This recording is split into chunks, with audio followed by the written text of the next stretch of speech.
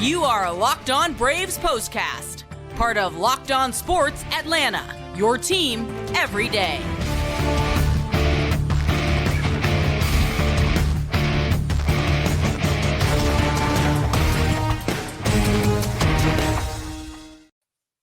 Hello and welcome into the Braves postcast. Grant McAuley, Jake Mastroianni with you after a good night of baseball down in Miami for the Atlanta Braves, where they have been known to have a good night or two or three, sometimes four, when they do play the Marlins in a four-game series, regardless of the venue.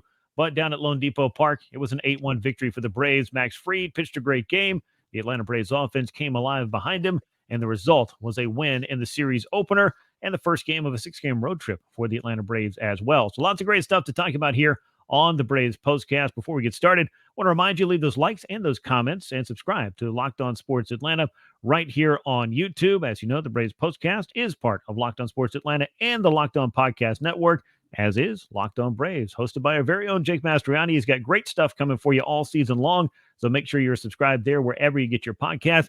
And this episode of the Braves postcast is brought to you by FanDuel. Right now, new customers get $150 in bonus bets guaranteed. That's $150 win or lose. Visit FanDuel.com/lockedon. Make your first bet an automatic win. FanDuel, America's #1 sports book.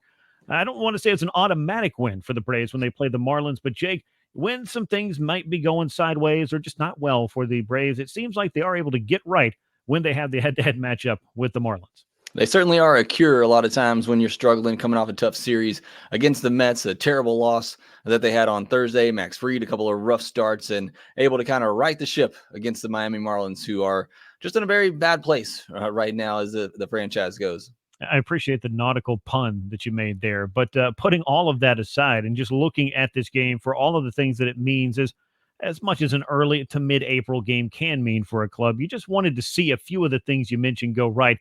And I think it all starts with Max Fried because he needed a solid start. The first outing of the year, we could kind of look at reasons why maybe it only lasted 2/3 of an inning. But last time out at Truist Park, he just could not seem to just get dialed in the way that we're accustomed to seeing Max Fried get dialed in. A 6-run first inning, that is very unlike what we have seen from Max Fried over the last 4 or 5 years, as he's been a huge part of the Braves' success and a leader for their rotation.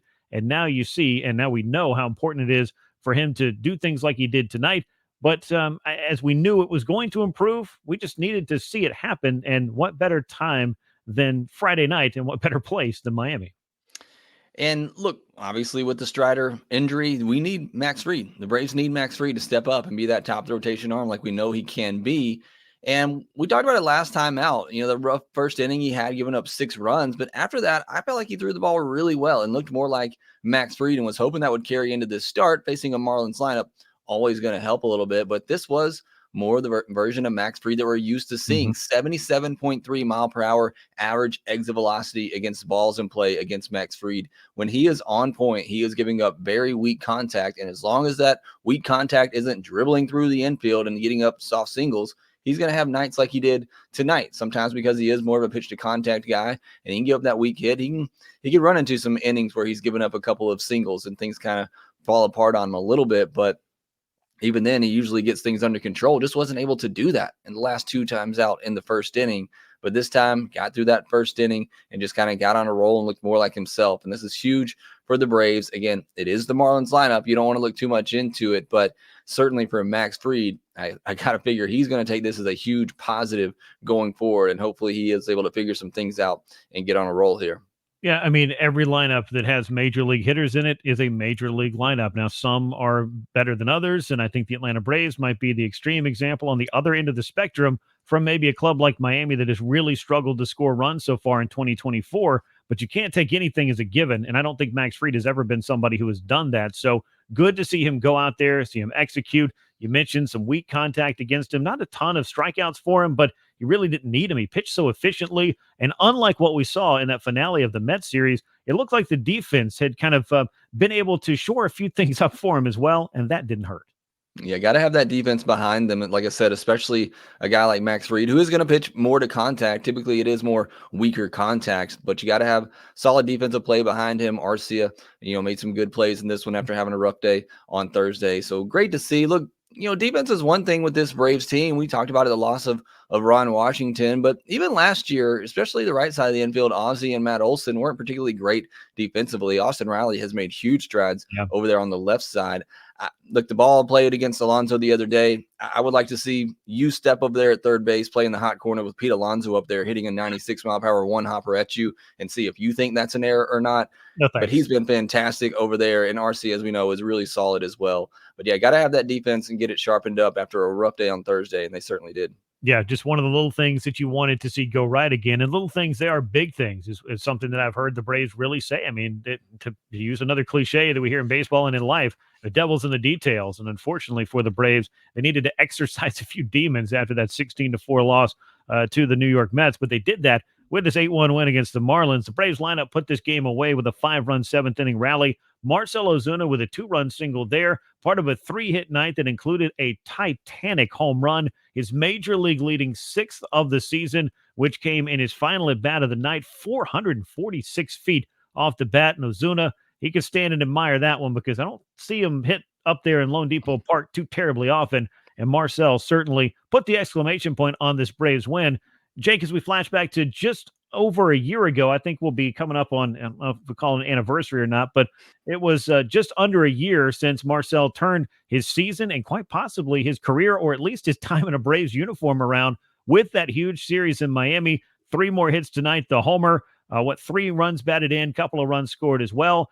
One of the hottest hitters in baseball and one of the driving forces in the Braves lineup is Marcell Ozuna. I know you and I have talked about it, but I am very interested to see once we get through this month of April to take his 162 game numbers going back from the beginning of last May to see what that looks like, because it's been just an incredible turnaround. I know we talked about all the time. He's been so good here lately. It's almost, how we always talked about Ronald Acuna Jr. every game last year. It feels like we've done that about Marcell Ozuna every game this year. He is just doing something incredible for this team. And look, we'll never know. But I would love to know how close they were to really deciding to cut him, because it wasn't like just a month's thing. It was 2 years plus where it was just very little production for Marcell Ozuna. And as you said, last May really just turned a corner and turned things around and kept himself in a Braves uniform. And that's been huge for this Braves team.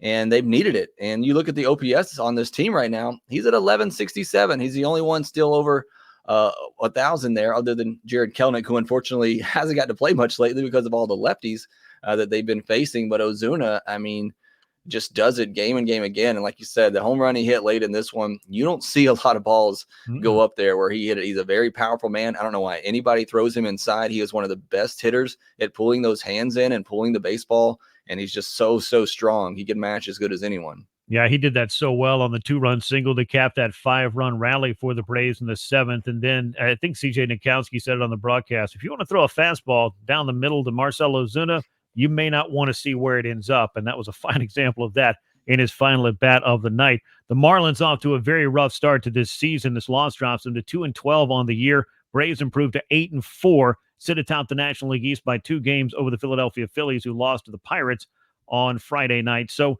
as the Braves head out on this road trip, we know that this Marlins series might be that opportunity for them to feast and for them to get right. We're going to talk about the second leg of this road trip, where they will roll through Houston and see the Astros a little bit later on in this 6-game swing away from Truist Park. But, this has been, I think, for the Braves, a place where they have historically excelled, and a place that they were very happy to open up this 3-game series after some frustrations closing out the homestand at Truist Park. As we continue here on the Braves Postcast, we will talk a little bit more about Max Fried, how he did what he did on Friday night, a little bit more about the Braves offense, which is clicking as well, and we'll look ahead to the series Game 2 of the series against the Miami Marlins, which comes your way on Saturday. All of that as the Braves Postcast continues. Spring has sprung, and that means spring cleaning. Whether that means stocking up on cleaning supplies or swapping out your winter clothes for new spring clothes, make sure you're using Ibata to get real cash back with every purchase. Join the over 50 million users and earn cash back every time you shop from over 2,700 brands and retailers, including all your favorite grocery stores, as well as other favorites like Lowe's, Macy's, Sephora, Best Buy, and so much more. Right now, Ibata is offering our listeners $5 for just trying the Ibata app. All you have to do is use the promo code LOCKEDONMLB when you register. Go to the App Store or Google Play Store, download the free Ibata app, and start earning cash back using the code LOCKEDONMLB. That's Ibata, IBOTTA, in the Google Play or App Store, and use the code LOCKEDONMLB. Well, Jake, as we saw, Max Fried was a huge reason why the Braves were able to pick up this 8-1 victory. Let's jump inside the line score and the box score of this game. Braves with 8 runs on 14 hits, no errors. Marlins just 1 run on 6 hits, no errors for them. Max Fried picking up that win, is now 1-0 on the season. He once again slashed that ERA in half, a little bit more than that this time. It's down to 8.74. I predict it should continue to fall as the season wears on. The loss goes to Trevor Rogers, who is now 0-2 on the season, and the Miami Marlins again dropped to 2-12 as the Braves improved to 8-4. Max Fried's line in this one was a good one, 6 1/3, 4 hits, 1 earned run. It came in the final inning. It was given up by Pierce Johnson, who inherited a couple of runners when Fried did make his exit. No walks, only 4 strikeouts for Max, but I just thought he was so much more efficient and so much more where he wanted to be. A little bit of a high-pitch first inning, if you want to call it that, but it seemed like it didn't take him as long to adjust, to recalibrate, and to settle in and find a groove. 84 pitches overall, and you work into the 7th inning. I mean, that's about as efficient as you can be, and that's certainly what Max Fried does when he's on. Is the Max Fried we saw a lot last year that's just locating, getting ahead, and getting that weak contact. Only 4 hard-hit balls allowed in this game. So this was definitely more Max Fried-like. You know, he's not generally somebody that's going to rack up the strikeouts. Another thing you kind of noticed in this one as well, leaned a lot more on the fastball and curveball in this one, and threw those primarily over 60% of the time. But I think it made his other pitches a little bit better. He had 4 swings on his changeup, two whiffs, 4 sinkers, got 1 whiff on that as well. But the curveball, he threw 22 times, fastball 31 times. And, you know, those pitches are always his bread and butter, in my opinion. I know the slider or sleeper, whatever you want to call it these days, he's kind of gotten a better feel for. But the curveball is always what I've known Max Fried for. And it seemed like he kind of got back to that in this one, leading on those 2 pitches. Yeah, really a signature pitch for him. I mean, as a prospect, you always heard about Max Fried's curveball, and it is one of the best in baseball, in my opinion. And there's something, I don't know if it makes him a throwback or just, you know, the game kind of moved away from it, but I love seeing a nice 12-6 curveball right around, 73, 74 miles an hour. I just feel like it can be an effective pitch. I mean, you got to be able to locate it. You got to be comfortable with it. You got to have conviction in every pitch you throw. I think that goes without saying. But Max Fried, I think he has a lot of belief in that curveball, and it's a pitch that has served him extremely well. But as he moved and went from prospect to the pitcher that he is right now, the polished front of the rotation starter, he went from being a fastball curveball pitcher to a guy that essentially has 5 or 6 different offerings, which is one of the many reasons why opposing lineups have a hard time really dialing in and knowing what to expect from him, because he does a nice job of mixing up those pitches. Now, as we look at what Fried did today and what jumps out on the stat line, to me at least, 6 1/3 innings, as you mentioned, Jake. He's the first Braves pitcher to get into the 7th inning this year, and that's 12 games into the season. Now, I know the complete game is not going to come back necessarily here in 2024 or anytime soon, but it is so critical for the Braves that the rotation find a way to give consistency in innings so that their bullpen will not be as taxed as it was on the recent homestand in Atlanta.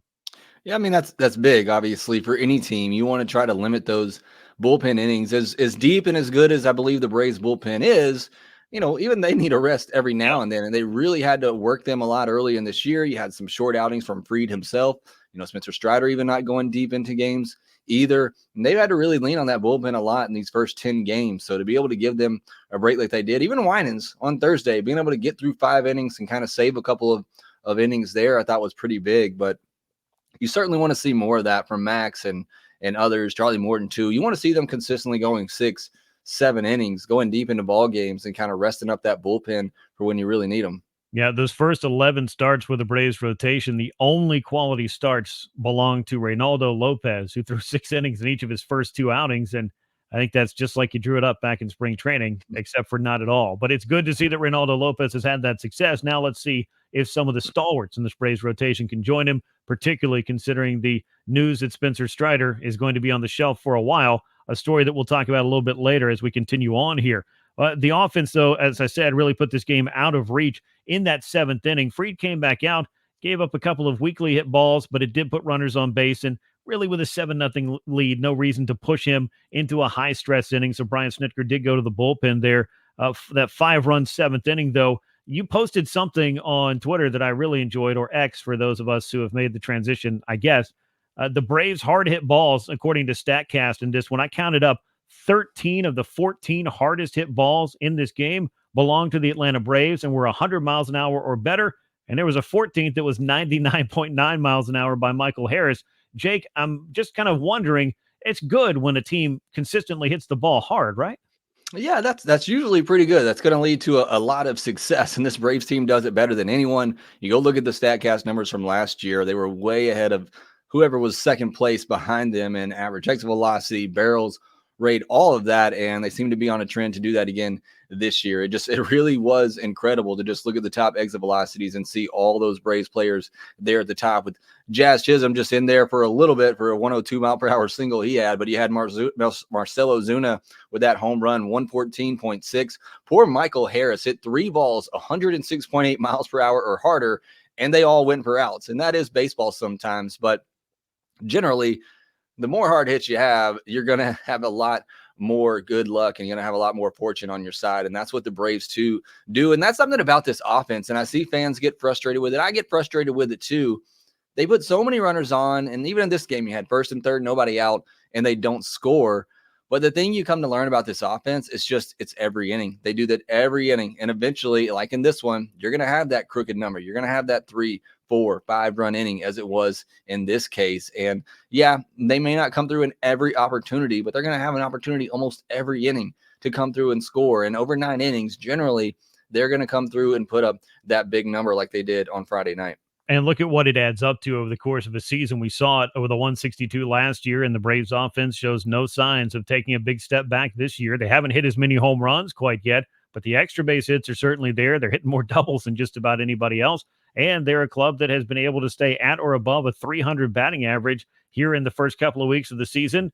And nobody's really able to do that too terribly often. Of course, over the course of a season, if they're able to do that, that would be incredible. And it's a team that slugged over 500 last year, led MLB in runs, and tied the all-time home run record in a single season. Now, I know it's not 2023 anymore, but when they do, I guess what they call running it back and bring the same cast of characters back, many of whom are in the prime of their careers, you might see a repeat performance, an encore by this Atlanta Braves offense. And speaking of encores, Marcell Ozuna certainly working hard on his. You mentioned hardest hit ball of the night for him, just under 115 miles an hour off the bat as he hit that solo home run in his final plate appearance, and it went 446 feet to dead center at LoanDepot Park.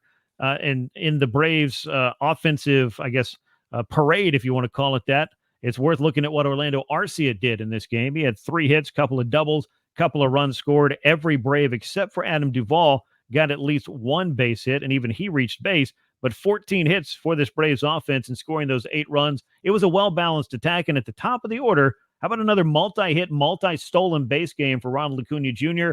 That's a good thing to see, and we know when Ronald Acuna Jr. faces the Marlins, typically he is doing the same kind of thing that Max Fried did in the get-right department when he matches up against this club. Yeah, it's another player that really looks forward to playing Miami. You know, there are some obviously bad memories as well for what happened with the ACL injury there, but it's certainly a team that he feels very comfortable against. 2 hard hit balls on the night, 198.2, one at 106, another one at 91.1 miles per hour. Still would love to see that launch angle get a little bit better, start getting under some of these baseballs. But, you know, the home runs there, not there right now. The extra base hits aren't there, but what Ronald can give you when the speed department, getting on base, taking his singles, which end up being doubles, right? It's just still so valuable what he can do at the top of the order, even when maybe he's not at his best right now. We know he'll get there. We believe he'll get there, but he can still be such a factor for this team at the top of the order. Yeah, 6 stolen bases now on the year for Ronald, who had 3 in one game against the Mets this week, 2 more here on Friday night against Miami. He's just 1 off the major league lead in stolen bases. And speaking of lead in Major League Baseball, I mentioned it earlier, but it's worth repeating. Marcell Ozuna is tied for the Major League lead in home runs with Mike Trout and Tyler O'Neill. That is not a trio that I thought might be leading the majors at home and home runs in any point after maybe opening day, but that's where we are through a first couple of weeks. So some good things happening in the Braves lineup, most certainly, and some good things happening here on the Braves postcast for us to get to as we preview game 2 of the series. And we're going to talk a little bit about the Braves' rotational plans, the roster moves they've had to make with the loss of Spencer Strider. There's not much of an update to give on Spencer just yet, but everybody is kind of wondering how are the Braves going to deal with that loss. We will continue to talk about that as the Braves postcast rolls on. Right now, new customers on FanDuel get $150 in bonus bets guaranteed. That is $150, win or lose. Visit FanDuel.com/lockedon and make your first bet an automatic win with FanDuel, America's #1 sports book. This edition of the Braves Postcast is also sponsored by LinkedIn. And if you're struggling to close deals, business-to-business selling is tougher than ever, and that's why I want to tell you about LinkedIn Sales Navigator. LinkedIn Sales Navigator is a sales intelligence platform that helps professionals effectively prospect and engage high-value customers, drive higher revenue, and increase sales performance. Fueled by LinkedIn's 1 billion member platform, Sales Navigator gives you the most up-to-date first-party data, enabling you to unlock conversations with people that matter. Right now, you can try LinkedIn Sales Navigator and get a 60-day free trial at linkedin.com/lockedon. That is linkedin.com/lockedon for a 60-day free trial. Get LinkedIn Sales Navigator to help you sell like a superstar today at linkedin.com/lockedon. Game 2 of this 3-game series is happening on Saturday night in Miami as the Braves want to go ahead and secure a series win over the Marlins. They could take care of that on Saturday. This road trip, Jake, I talked about this, also includes a stop in Houston. These are two clubs that are really struggling to start the year, Miami more so, but the Houston Astros have also found wins hard to come by and have had to deal with all kinds of injuries to their pitching staff as well. Should be interesting to see if the Braves can kind of take advantage of not just a Marlins club that's scuffling, but also a Houston Astros team that hasn't really hit its stride yet either. Yeah, sometimes over 162, it's about when you play a team. I think the Braves caught a Mets team that got off to a slow start. You knew they were going to turn around at some point, and the bats just kind of went off in that series. And now you're getting a Marlins team that's obviously been down all year and an Astros team that has an all-star rotation on the injured list right now. And, you know, their offensive guys still really good, Altuve, Bregman, but they are, getting up there a little bit in age. So maybe they're having some regression, but still obviously a very good team that I think is going to be in the postseason at the end of the year. But again, it's sometimes it's when you catch a team that makes all the difference over 162. Yeah, I mean, they say timing is everything, and that's certainly true in baseball in a number of different ways. And on this road trip, the Braves certainly, I think, needed to see maybe a couple of clubs that, were struggling a bit because they didn't take advantage of a club like the Mets that was struggling quite a bit coming into that showdown at Truist Park on the recent homestand. That, of course, was when Spencer Strider went down on the homestand in his home opening start against the Arizona Diamondbacks. We have not seen Spencer Strider since then around the club. Of course, he went and got a second opinion on the UCL damage that he suffered, and the Braves have still not been able to offer a medical update on him as of yet. Brian Snitker telling reporters, including Justin Toscano of the Atlanta Journal-Constitution, that there is no update on what the course of action is for Strider's elbow. But they did have to make, obviously, roster moves. It was Alan Winans who was first up. He kind of took it on the chin against the New York Mets, has been sent back to AAA Gwinnett, and Darius Vines has been brought up. If we don't see Vines over the course of the weekend in Miami, it does make him a candidate to start on Tuesday. That is when the open spot in the rotation for the Braves would need to be filled again. Vines has had some big league success before, or some big league experience, I should say, before, looking for some sustained success, I would imagine, if he does get another opportunity. But I think that most importantly for the Braves, these 4 starters before him, starting with Max Fried, extending to Chris Sale, who throws on Saturday, Charlie Morton, who goes on Sunday, and Reynaldo Lopez, who gets the ball in the opener against the Houston Astros. Those 4 guys are really going to need to step up here as the Braves once again find themselves in the unenviable position of trying to figure out how to round out their rotation. And they certainly should know a lot about it because they did it a ton in 2023 and in previous years. Yeah, I had to cover number 4 and 5 spot for most of the year last season, and were able to get through that because of the great offense that they have, which is gonna hold up and help them, kind of navigate this as well. But you would love to have somebody step up in that 5th starter role. We saw Alan Winans get a chance. I thought he threw the ball a little bit better than his box score dictated, and we'll see if Darius Vines, if he gets an opportunity on Tuesday. I gotta figure Bryce Elder is going to get his opportunity at some point. I just don't know if maybe things haven't lined up quite yet to be able to get Elder in there just for where he's pitching. You don't want to have him too much rest. You obviously don't want to have him on short rest, but I got to think he's going to get a chance at some point. But you're right. It puts a lot more, I don't want to say pressure, but certainly want to see the other guys in the rotation do what Max Fried did. I think you have an opportunity to do that against a lineup like the Marlins this weekend. So, hopefully Chris Sale, Renato Lopez can go, into the sixth inning or even further. Would love to see that in these next two games as well, or Charlie Morton, to see him be able to go deep in a game, put some pressure off that bullpen and then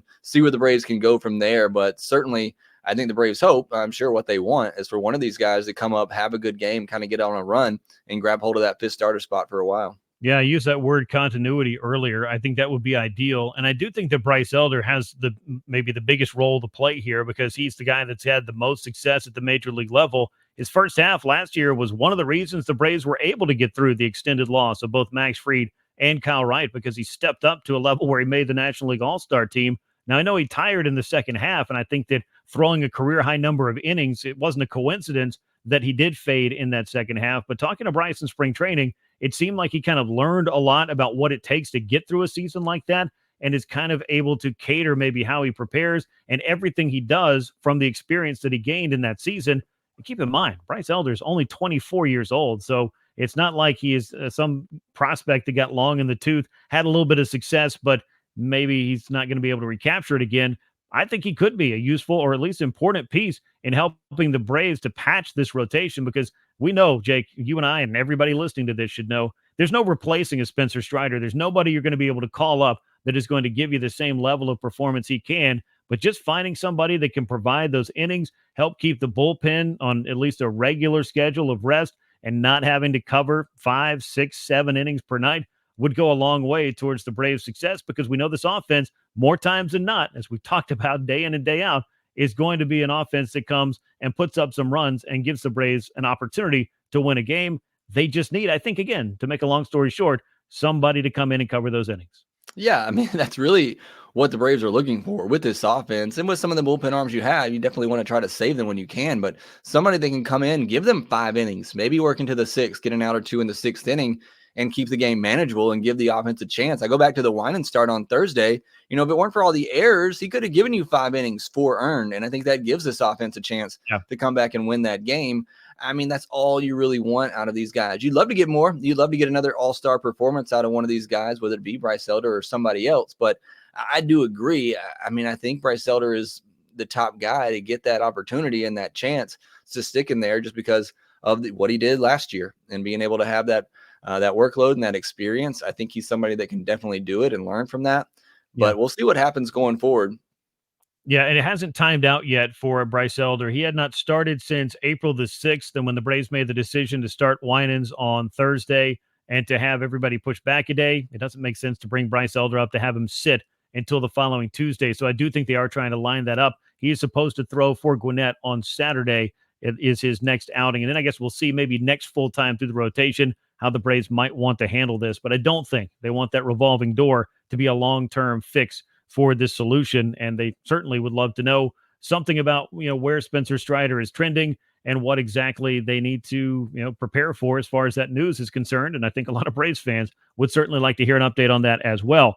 As for game 2 of the series, it's Chris Sale making his 3rd start in a Braves uniform. He won his home debut in the recent homestand against Arizona, 3.38 ERA across those 2 starts. Again, a small sample size, and a young gun for the Marlins who's looked good in his first 2 starts is Max Meyer, coming off an injury-plagued season and back in the rotation for a team that very much needs as many healthy arms as they can find, and Meyer's going to get the ball against the Braves on Saturday. Should be an interesting matchup. Yeah, it should be really good to see like you mentioned, Max Meyer, one of the top pitching prospects. He had surgery and had to miss all of last year and working his way back, but he's been really impressive his first 2 starts. Throws his slider over 45% of the time last year and when he had a cup of coffee back in 2022 and has a over 40% whiff rate on that pitch. So that's certainly something to watch out for with this Braves lineup. But it is a young arm, and he's going to be facing the best offense he's ever faced as a major leaguer. I fully believe that, and we'll see if he can hold down that Braves offense. But hopefully they can go ahead, lock up this series, and go ahead and put one in there. And Chris Sale, hopefully he can go out, have another good start. Maybe he can work through 6 innings. Love what he's done so far this year, so hopefully that just continues. Yeah, he has worked into the 6th inning in each of his first 2 starts, so if Sale can continue that trend, it would certainly help matters, as would a big night from the Braves offense, from Marcell Ozuna and Ronald Acuna Jr. and anybody else that wants to get in on the hit parade, the Braves will take them all, and they'll look to secure that series victory behind Chris Sale. He goes for his second win of the year. Atlanta and Miami will meet at 4:10 p.m. Eastern time at LoanDepot Park for the second game of this 3-game series. That's going to bring us to the end of this edition of the Braves Postcast. Atlanta with an 8-1 win over the Marlins on Friday night to improve to 8-4, 2-game lead in the National League East. If you're into that sort of thing, if you're counting, well, maybe we can wait a while before we start really looking into it. We'll check back around Memorial Day for that first main checkpoint that I like over the course of a baseball season. But that is neither here nor there. Make sure you subscribe to Locked On Sports Atlanta for every edition of the Braves Postcast. You'll find it here. If you want the audio version, you can find it over on Locked On Braves, where Jake has a lot of great stuff coming your way every day of the week. Make sure you subscribe wherever you get your podcast. And once again, leave us those likes and those comments and share the show with a friend. We appreciate all of that, and we appreciate you riding along with us. That is it for this edition of the Braves Postcast. For Jake Mastroianni, I'm Grant McAuley. We will catch you later this weekend. And until then, so long, everyone.